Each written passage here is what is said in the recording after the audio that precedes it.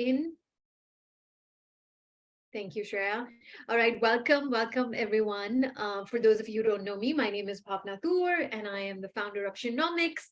And we are a mindful platform for women, which quite simply means we love to support women to both lead and live more consciously. So craft a career that feels meaningful to them, but at the same time, create that sense of meaning in their life overall. And as part of that effort, we decided to create this book club because there are just so many incredible books out there that help us live and lead more consciously. And the book that we picked today is definitely one of those books, which is Man's Search for Meaning by Viktor Frankl. As you can see here on the cover, 12 million copies in print. It's one of the most widely read and widely recommended books.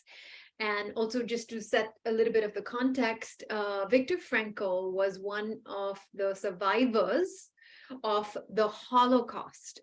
So those of you, of course, all of us are familiar with what happened during World War II, when a lot of people of Jewish origin in particular were sent to concentration camps. Viktor Frankl and his family were among those individuals who were sent to the camps. And unfortunately, his family did not survive, but he did. And a lot of what he talks about in this book is really it's a collection of, or a function of, his observations during that time that he spent in the concentration camps, and his insights into the human psyche, into human psychology, in terms of when human beings are put in the most dire circumstances imaginable, what really helps us keep going, what helps us survive, and in his case, not just survive, but build that capability to thrive, to create a life beyond that trauma, beyond what he had suffered. So as always, we're going to share our top 3 ideas with you. And with this book in particular, it was very difficult to pick top 3 ideas. I think there's so many good ideas, life-changing ideas in this book, frankly. But we'll share at least top 3 to begin with, which I think can make a measurable difference in all of our lives.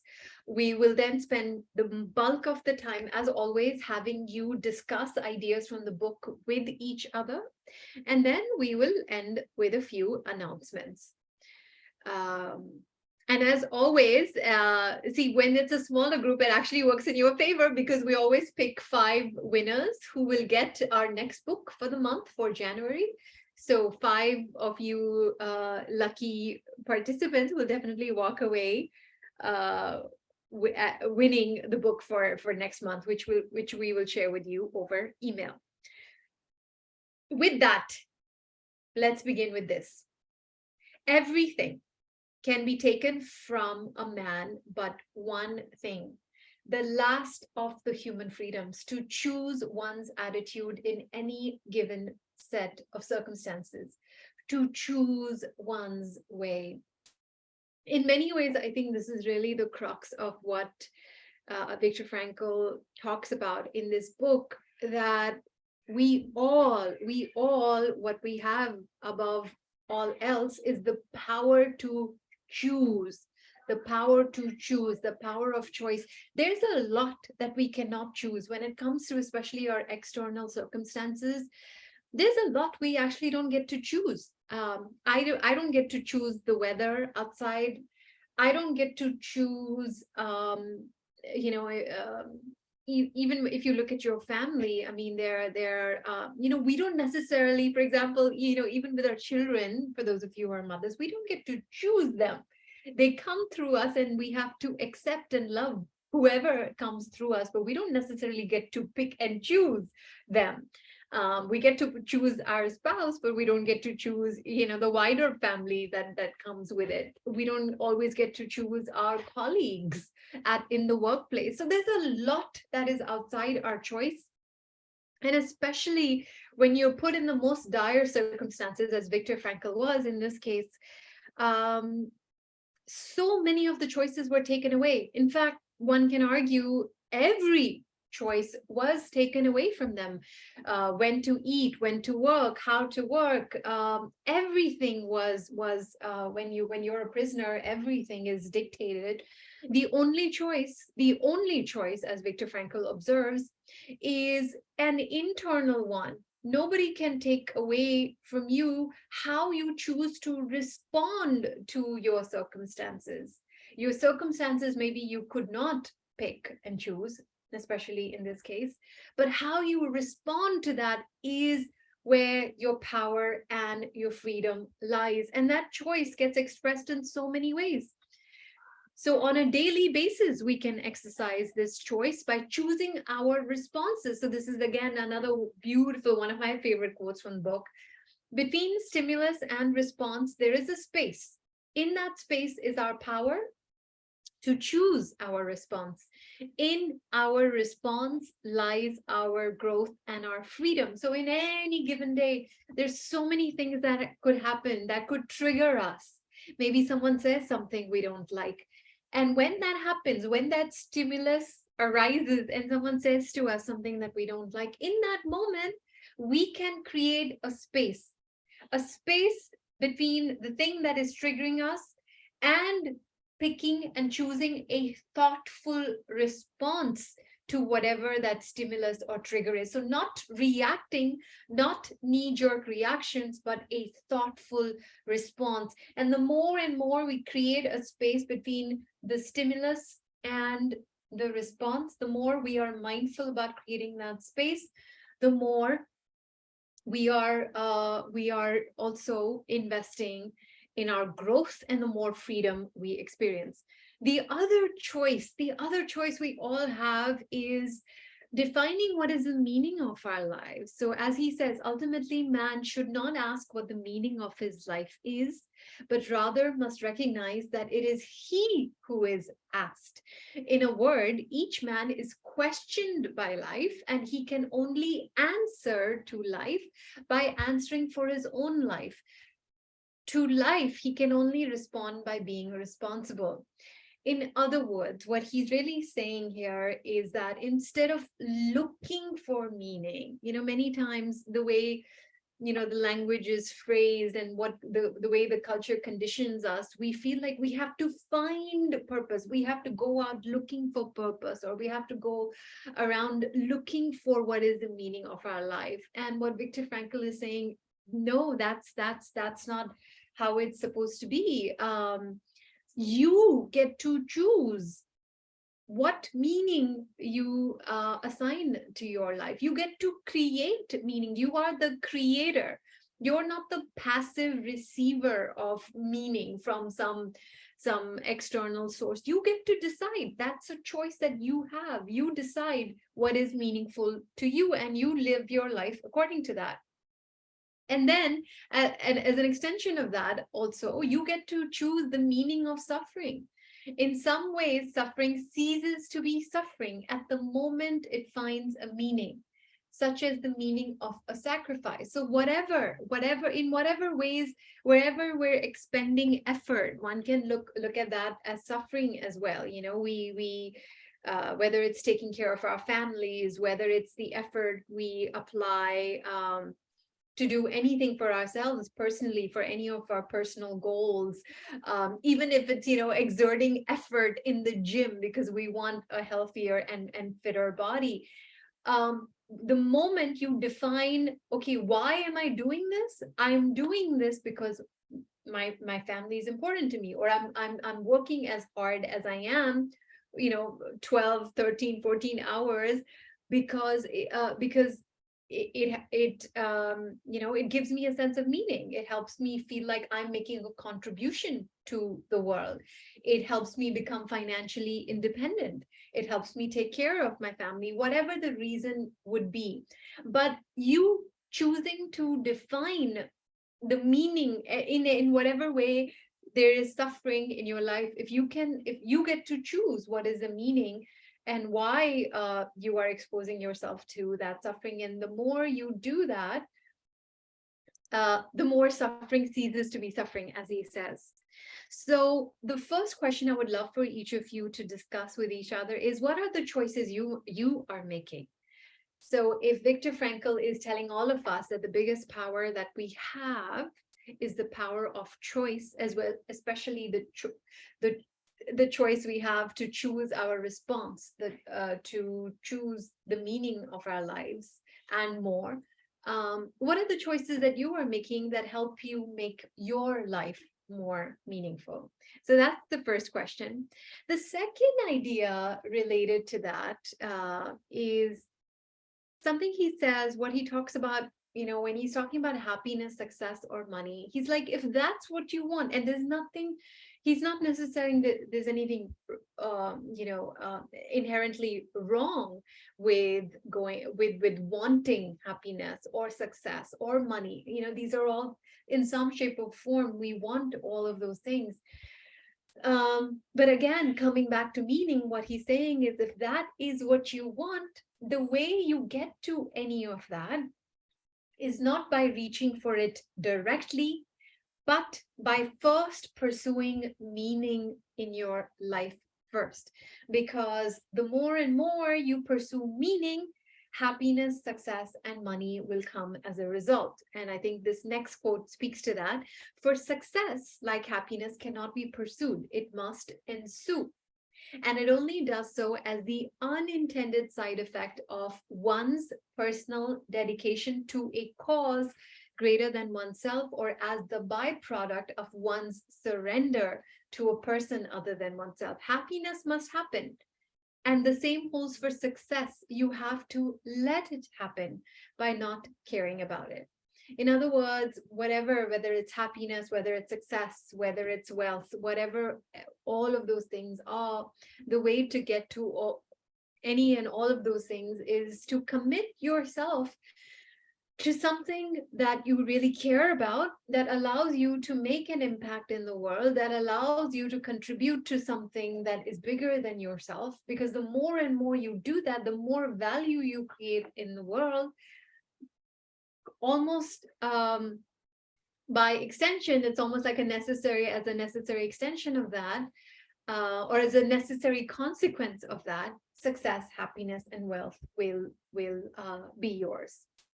And the third idea is this idea of connecting to a bigger why. So one of the biggest questions that Viktor Frankl asked, and what he was observing in the camps, is, what helped people survive? Because not everyone survived. There are a lot of people who gave up hope. Of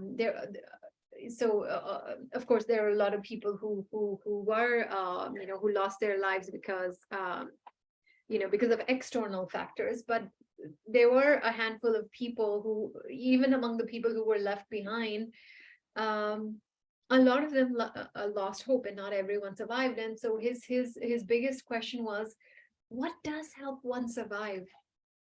And this next quote speaks to what really made the difference. A man who becomes conscious of the responsibility he bears towards a human being who affectionately waits for him, or to an unfinished work, will never be able to throw away his life. He knows the why for his existence and will be able to bear almost any how.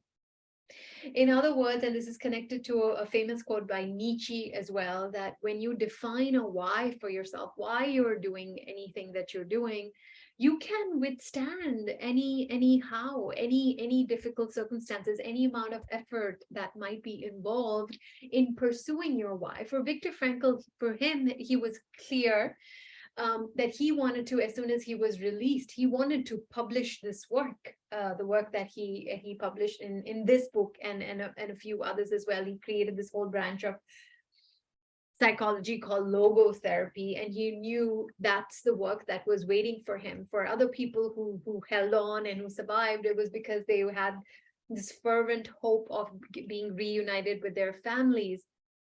So whatever it is, whatever that why is, and it's going to be a different why for each of us. What is that one goal, one dream, one thing that you look forward to? Why you do what you do?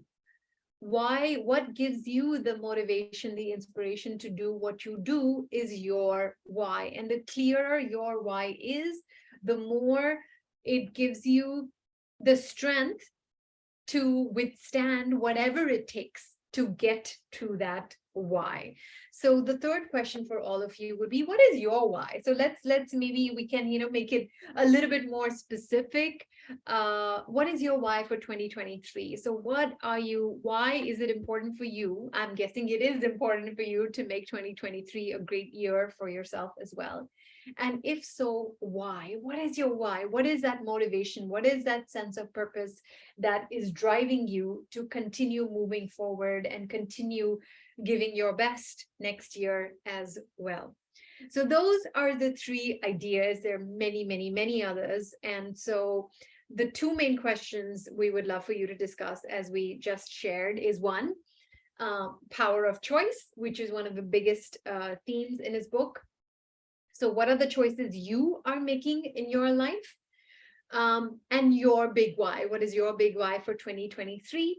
And then finally, completely open-ended, if there's any other idea from this book that really stood out for you, please go ahead and share that as well. So whoever has the longest, we're going to put you in groups of, I'm guessing, Shreya, are we going to do groups of 4 or 5? I think 3 to 4 is what okay. is the, Okay. Yeah. Okay, so you'll be in a group of 3 to 4. Whoever has the longest name in your group, please be what we call a book fairy. And what it means to be a book fairy, quite simply, is that you just make sure the group gets a chance to discuss all of these questions and that you keep track of time. That's it. So on that note, we are now going to open up the breakout. So when you see the prompt on your screen, please go ahead and join your breakout. And I'm going to share these questions into the breakout room. So you will have that in your respective small groups. And please go ahead and discuss any idea that is that you find important.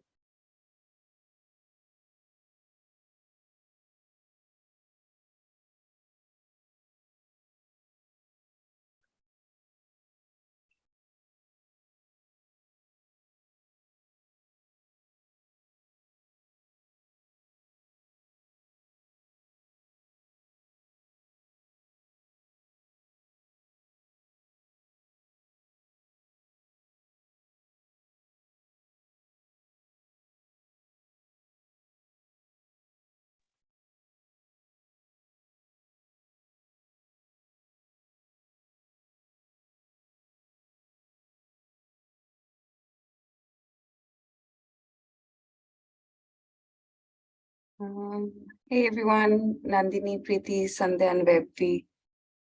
You would have gotten a prompt. I think Nandini, yours is room number 8, and Preeti as well. Let me just analyze.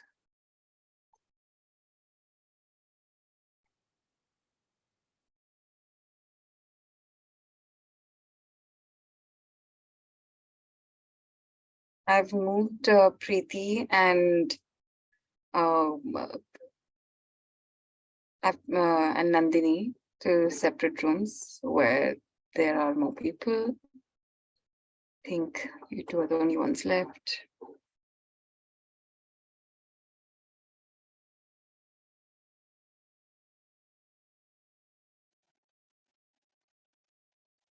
All right, welcome back. Welcome back.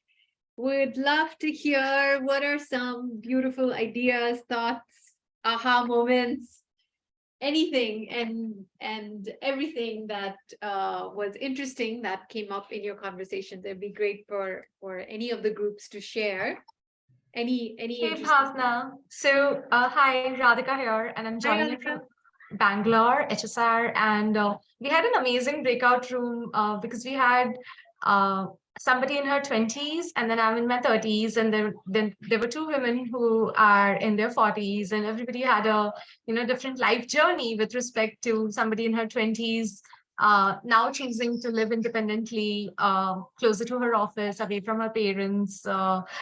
For me to be more confident Mhm. about saying no to people or invitations or whatever, and for the women in their 40s to be saying that life flows freely and you can't really control a lot of things, and uh, it was amazing. So Yeah. thank you.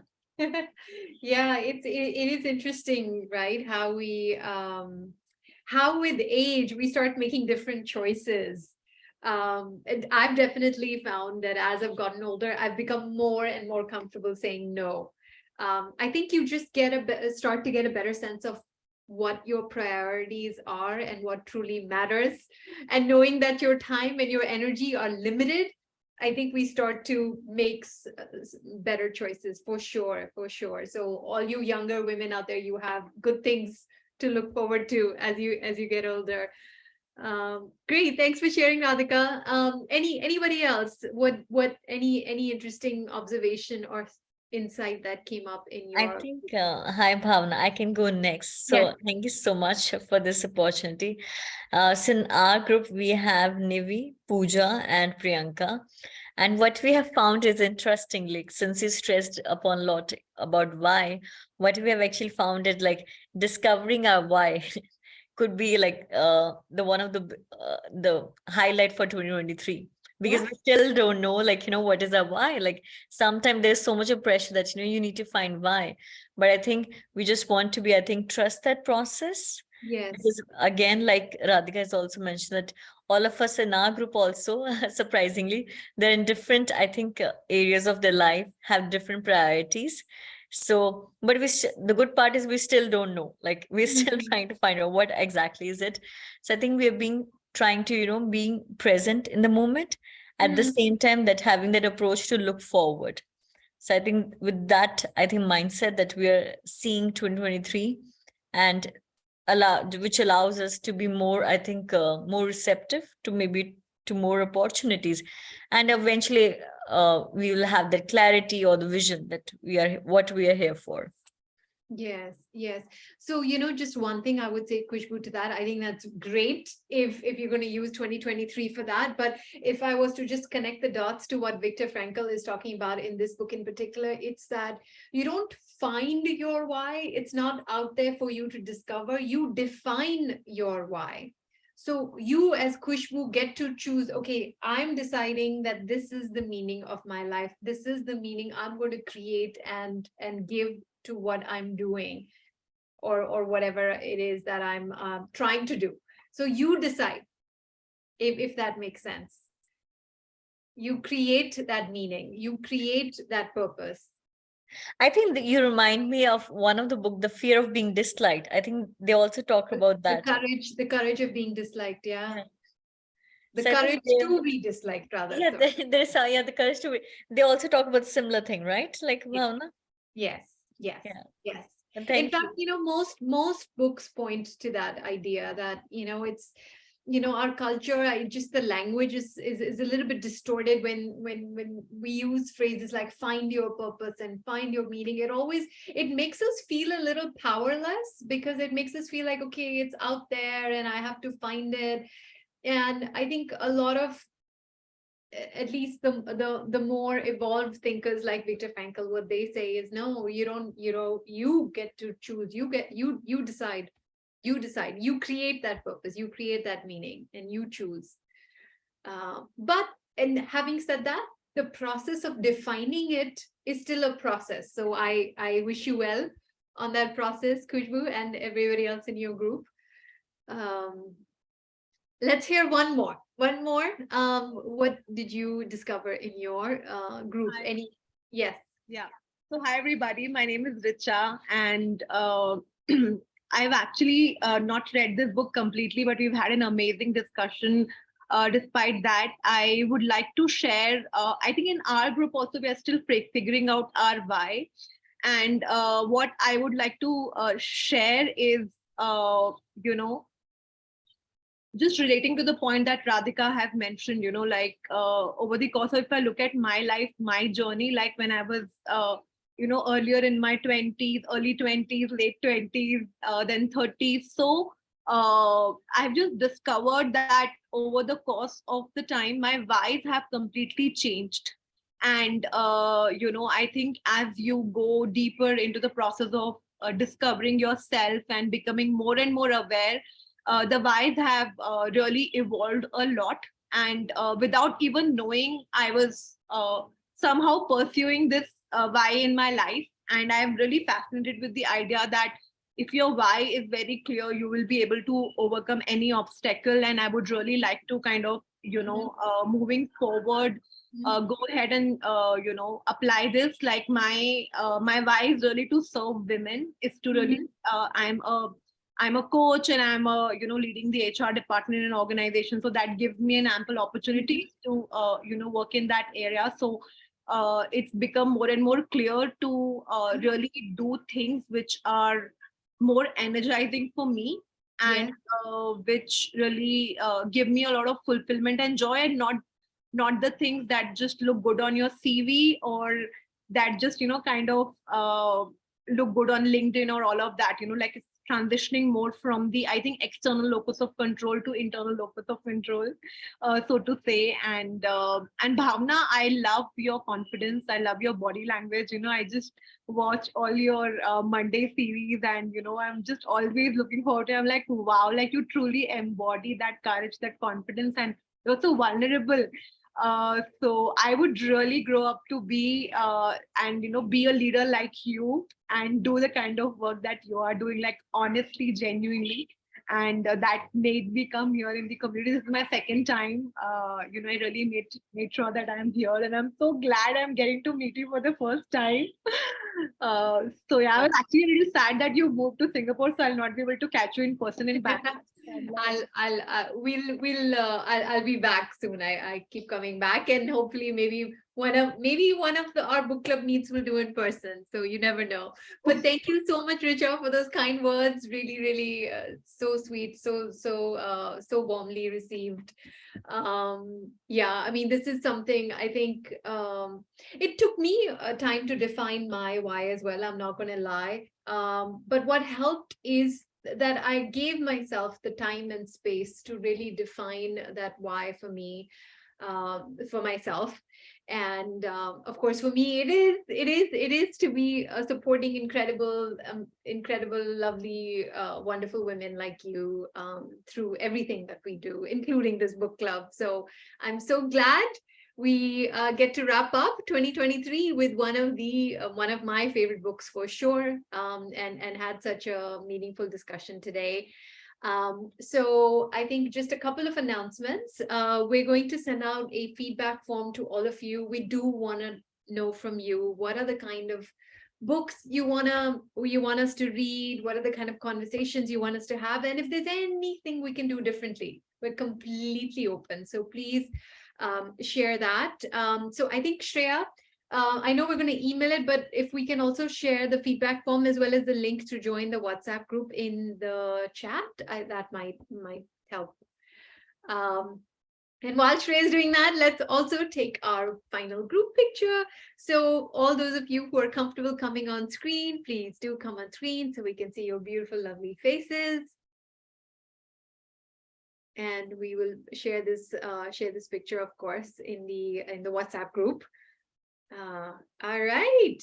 Okay. Anybody else who would like to come on screen, please do. And so let's make our hearts. And on the count of 1, 2, 3. Okay, awesome. And on that note, so Shreya has shared the link to join the WhatsApp group. So if you're not in the WhatsApp group, please go ahead and join. And the feedback form will be in your email, and the winners, 5 lucky winners for the next book, will also be or we'll announce over email. And yes, we haven't picked the book for January yet, but once we get your feedback, we will announce the book for January as well. So on that note, happy holidays to every single one of you. I wish you all the best for 2023. Thank you so much for being a part of this book club. I know it's a small initiative, but it means a lot to us because reading, I know, brings all of us so much joy. So it was wonderful to go on this journey with you this year, and it'll be our honor to take you on this journey next year as well. So thank you, everyone. Thank you so much, Bhavna. Have a happy Have a great holidays to weekend. you too. See you all next year. To See you all next year. Bye. See you next Can year. you reshare the WhatsApp link, please? Can you reshare the WhatsApp link? Yeah, Shreya, would you please reshare? Yeah, one second. Yeah, just share and Don't want to miss Yeah. any other book club. Thank you so much, everyone. Thank you. thank you. Thank you, everyone.